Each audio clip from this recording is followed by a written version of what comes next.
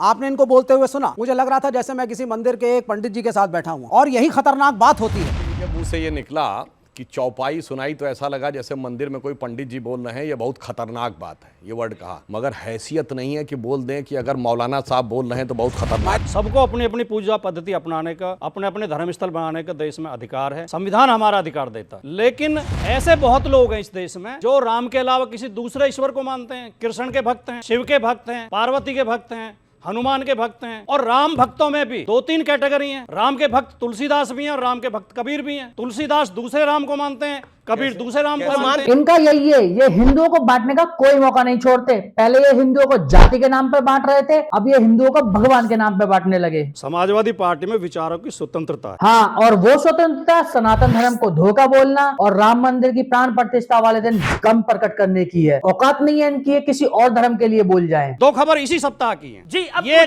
गुजरात के एक गांव में, पूरे गांव में, अब मैं जवाब दे दूं। गुजरात के गांव में पूरे गांव ने बौद्ध धर्म अपना लिया। पूरे गांव के दलितों ने हिंदू धर्म से परेशान होकर बौद्ध धर्म। दूसरी खबर, हिंदू धर्म से इनकी नफरत का अंदाजा इस बात से लगाया जा सकता है, ये तो बताते हैं कि दलितों ने हिंदू धर्म छोड़कर दूसरा धर्म अपना लिया, लेकिन ये नहीं बताते कि यूपी के मिर्जापुर में एक मुस्लिम फैमिली के 13 लोगों ने मुस्लिम धर्म छोड़ के हिंदू धर्म अपना लिया। ये नहीं बताते कि यूपी के बरेली में फराह नाम की मुस्लिम लड़की ने जानकी बन के राम नाम के लड़के से शादी कर ली। ये नहीं बताते कि मुंबई की शबनम शेख पैदल चल के राम जन्मभूमि आ रही है। ये नहीं बताएंगे कि एमपी में भोपाल उत्सव मेला चल रहा है, वहां पर मुस्लिम महिलाएं राम मंदिर मॉडल लेकर जा रही हैं। जय श्री राम दोस्तों। तो यार विपक्ष राम मंदिर के विरोध में अपनी नीच हरकतों से बाज नहीं आ रहा है। एक के बाद एक विपक्षी नेता राम मंदिर और सनातन धर्म के विरोध में जहर उगलते जा रहे हैं। जहां सपा नेता स्वामी प्रसाद मौर्य हिंदू धर्म को धोखा बता रहा है, वहीं उसी पार्टी के नेता शफीकुर रहमान का कहना है कि वो 22 जनवरी को गम का दिन बनाएगा। इसकी उम्र 93 साल है। तो मैं बस इतना ही कहना चाहूंगा कि चाचा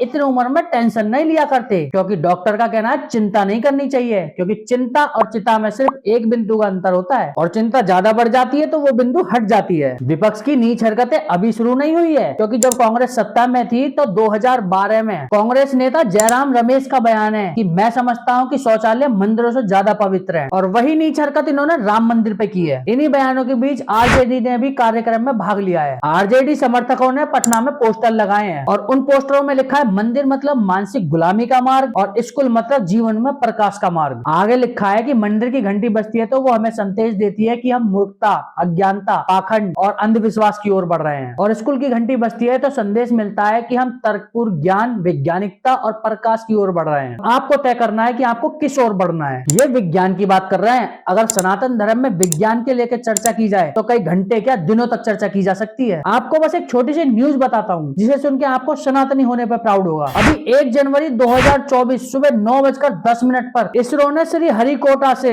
एक्सरे पोलारीमीटर सैटेलाइट लॉन्च किया, और ये रॉकेट लॉन्च करने वाला भारत दूसरा देश बन गया है। इससे पहले अमेरिका था। इसे PSLV रॉकेट से लॉन्च किया गया, जो ब्लैक होल, पल्स, रेडिएशन और आकाशगंगा की स्टडी करेगा। ये सबसे ज्यादा चमकने वाले 50 स्रोतों की तस्वीर देगा, और ये 650 किलोमीटर दूरी पर स्थित होगा। ये मैं इसलिए बता रहा हूँ क्योंकि इन्होंने पोस्टर में लिखा है कि मंदिर जाने का मतलब अंधविश्वास, पाखंड और अज्ञानता की तरफ बढ़ना है। तो मैं तुम्हें बता दूं, 1 जनवरी को ये सैटेलाइट लॉन्च करने से पहले इसरो की टीम ने तिरुमाला में भगवान वेंकटेश्वर जी की पूजा की थी। वहीं चंद्रयान 3 से पहले इसरो चीफ S सोमनाथ ने सुल्लूरपेटा के चेंगलम्मा परमेश्वरनी मंदिर में पूजा की थी, और वहीं चंद्रयान 3 से पहले तिरुमाला के वेंकटेश्वर जी के भी दर्शन किए थे। और वहीं सेकेंड वर्ल्ड वॉर का अंत आते आते 16 जुलाई 1945 को एटम बम का आविष्कार हुआ, और जिस वैज्ञानिक ने उसका आविष्कार किया उसका नाम था रॉबर्ट ओपेनहाइमर। वो जब परमाणु परीक्षण कर रहा था और जब वो सफल हो गया था, उसके मुंह से पता है क्या निकला था? उसने कहा कि इसे देख के मुझे गीता का वो श्लोक याद आता है जिसमें भगवान श्री कृष्ण कहते हैं कि यदि सर्जन मैं हूँ तो काल भी मैं हूँ। मतलब वो भी ये बता रहे थे कि जहाँ से उन्हें प्रेरणा मिली वो भी सनातन धर्म से संबंधित है। ऐसे हजारों एग्जाम्पल हैं जो मैं गिना सकता हूँ। वो बाहर के नहीं, हमारे देश के भी ऋषि मुनियों के भी हैं, लेकिन इन्हें लगता है कि अंग्रेज कुछ ज्यादा ही साइंस जानते हैं, इसलिए उनका एग्जाम्पल दिया। और ये जो तुम साइंस पढ़ने और स्कूल जाने की बात करते हो, तो मैं तुम्हें बता दूं कि अगर तुम साइंस के साथ साथ सनातन संस्कृति नहीं अपनाते हो तो तुम्हें आतंकवादी बनते देर नहीं लगती। ओसामा बिन लादेन बस एक नाम है। नाम है, वरना इनकी भी लिस्ट है। और एक बात और, साइंस से सनातन नहीं है, सनातन से साइंस है। इन्हें सनातन धर्म और राम मंदिर से कितनी दिक्कत है, इस बात का अंदाजा इस बात से लगाया जा सकता है कि कर्नाटक में कांग्रेस की सरकार है और कर्नाटक पुलिस ने राम मंदिर आंदोलन से जुड़े हुए कार्यकर्ताओं के खिलाफ 30 साल पुराना केस दोबारा ओपन कर दिया है, जिसमें से एक कार्यकर्ता की गिरफ्तारी हो चुकी है। तो ये प्लाई देख के कैसा लगा कमेंट करके बताएं। अगर वीडियो अच्छी लगी हो तो लाइक कर दें और चैनल को कर दें सब्सक्राइब। मिलते हैं अगली किसी ऐसी वीडियो में, जब तक के लिए जय श्री राम।